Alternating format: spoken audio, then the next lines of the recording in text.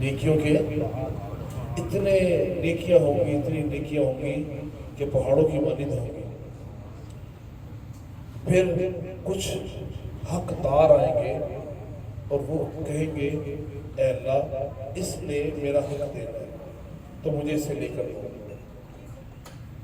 حکم ہوگا اس کی نیکیاں اس کے کھاتے میں ڈال دو، کیونکہ اس وقت تو بالوں متا کام نہیں آئے گا، کام تو ہوگا ہی نہیں، نیکیاں ہوں گی، نیکیوں کا متبادلہ ہوگا، نیکیوں کا متبادلہ ہوگا۔ پھر حقدار آتے چلے جائیں گے، حقدار آتے چلے جائیں گے، دیکھتے ہی دیکھتے جو اس کے پہاڑ تھے نیکیوں کے وہ ختم ہو جائیں گے۔ اللہ اکبر، اللہ اکبر، وہ نیکیوں کے پہاڑ اس کے ختم ہو جائیں گے۔ پھر حقداروں کا سلسلہ آنا بھی بند نہیں ہوگا۔ اللہ کہے گا کہ اب ان حقداروں کے گناہ کے کھاتے میں ڈالنا شروع کر۔ اللہ اللہ، الامان الامان الامان۔ میرے محبوب فرماتے ہیں وہ ہے اصل مفلس، وہ ہے غریب۔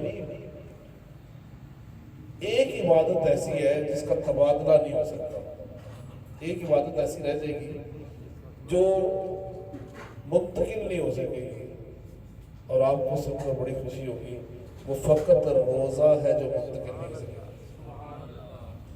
روزہ جو ہے نا وہ تبادلے میں نہیں جائے گا، وہ تبادلے میں نہیں جائے گا، وہ ہمارے پاس ہی رہے گا انشاءاللہ۔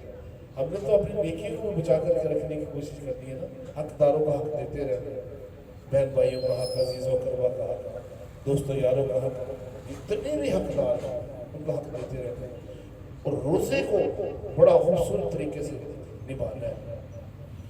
روزہ نہیں تبادلے میں جائے گا۔ اب دیکھیے میرا کریم رب کتنا محبوب، کتنا پیارا ہے۔ اللہ فرماتا ہے روزہ میرے لیے، میں ہی اس کا جنت دوں۔ اللہ اللہ، اللہ کا کہہ دینا کہ میں دوں گا تو کتنا کمال ہو گیا۔ اللہ فرماتا ہے اس کا اجر میں دوں گا۔ اور میرے محبوب رب نے فرمایا روزے دار کے لیے دو خوشیاں ہیں۔ ایک آئے ہائے ٹھنڈ پڑ جاتی ہے، یقین جانے یہ جملہ جب سنتے ہیں نا تو کلیجے ٹھنڈ پڑ جاتی ہے۔ روزے دار کے لیے دو خوشیاں ہیں۔ ایک اس وقت جب وہ افطار کر رہا ہوتا ہے، کیا منظر ہوتا ہے، یقین جانیے کہ دنیا کے بڑے کھانے پکوان بڑی دنیا سے کھاتے ہیں، بڑے بڑے ہوٹلوں سے کھاتے ہیں، کوئی ذائقہ نہیں آتا۔ ہر ذائقہ افطار کے پیچھے پھیکا لگتا ہے، پھیکا لگتا ہے۔ اس افطاری کا جو منظر ہے نا، اللہ اللہ اللہ، وہ ہر غریب کا دسترخوان بھی ایسے لگتا ہے کہ آج ماشاءاللہ عید ہے۔ وہ جتنا مرضی غریب ہونا اس کا دسترخوان پر اللہ رونق لگا دیتا ہے۔ ٹھنڈے پانی پڑے ہوتے ہیں، مشروبات پڑے ہوتے ہیں، جو سارا سال نہیں کھایا ہوتا اللہ وہ رمضان میں کھلا دیتا ہے۔ اللہ، میرا محبوب رب فرماتا ہے کہ روزے دار کی دو خوشی ہیں، ایک افطار کے وقت، ایک رب کے دیدار کے وقت۔ اللہ اللہ اللہ، یارو ذرا سوچو تو صحیح، حسن یوسف پہ کٹی مصر میں گشت زنا، حسن یوسف پہ کٹی مصر میں گشت زنا، اور سر کٹاتے ہیں تیرے نام پہ مردان عرب۔ یوسف علیہ السلام کا حسن اللہ نے سارے کا سارا ظاہر فرما دیا، تو کوئی آنکھ تاب نہیں لا سکتی تھی۔ پھر وہ عورتوں کو پتہ نہ چلا کہ پھل کاٹ رہی ہے کہ انگلیاں کٹ گئی، درد کا احساس تک نہ ہوا۔ اور میرے محبوب کریم علیہ السلام، میرے آقا، ہم سب کے آقا کریم علیہ السلام کے حسن کو اللہ نے 70,000 نور کے پردوں کے اندر رکھا۔ اور میرے محبوب آقا فرماتے ہیں کہ عائشہ اگر ایک بھی پردہ ہٹ جائے تو بھی اس کی تاب نہیں لا سکتے۔ ایسا نہیں۔ اب سوچئے ذرا، ایک لمحے کے لیے سوچئے، عاشقان رمضان ذرا ایک لمحے کے لیے اس بات کا مزہ لے رہا۔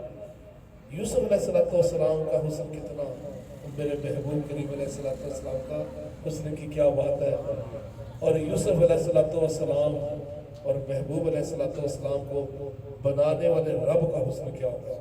اللہ، روزے دار کے لیے دو خوشیاں، ایک افطار کے وقت اور ایک رب کے آئے آئے آئے میں کہتا ہوں اس جملے پہ نا چس آ جاتی ہے، دل کرتا ہے یہ دہراتے چلے جاؤ، دہراتے چلے جاؤ۔ اور جس کو دیدار ہوگا اللہ کا دیدار وہ جنتی ہوگا، صرف جنتی کو دیدار ہوگا۔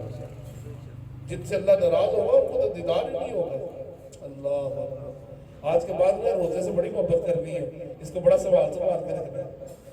جھوٹ نہیں بولنا، چغلیاں نہیں لگانی، غیبتیں نہیں کرنی، بدزبانیاں نہیں کرنی، اس کو ذکر اذکار میں گزارنا۔ سبحان اللہ، آج تو سبحان اللہ کہنے کے ثواب بھی 1,00,000 گنا سبحان اللہ کہنے کے برابر ہے، اور ایک دفعہ درود پڑھنے کا ثواب، درود پاک پڑھنے کا ثواب 1,00,000 مرتبہ درود پاک پڑھنے کا برابر ہے۔ انشاءاللہ آج ہم نیت کریں گے کہ فضول گوئی سے بچ جائے سے زبان میری، میرا کلام درود و سلام ہو جائے۔ تو انشاءاللہ ہم نے درود پاک کی کثرت کرنی ہے۔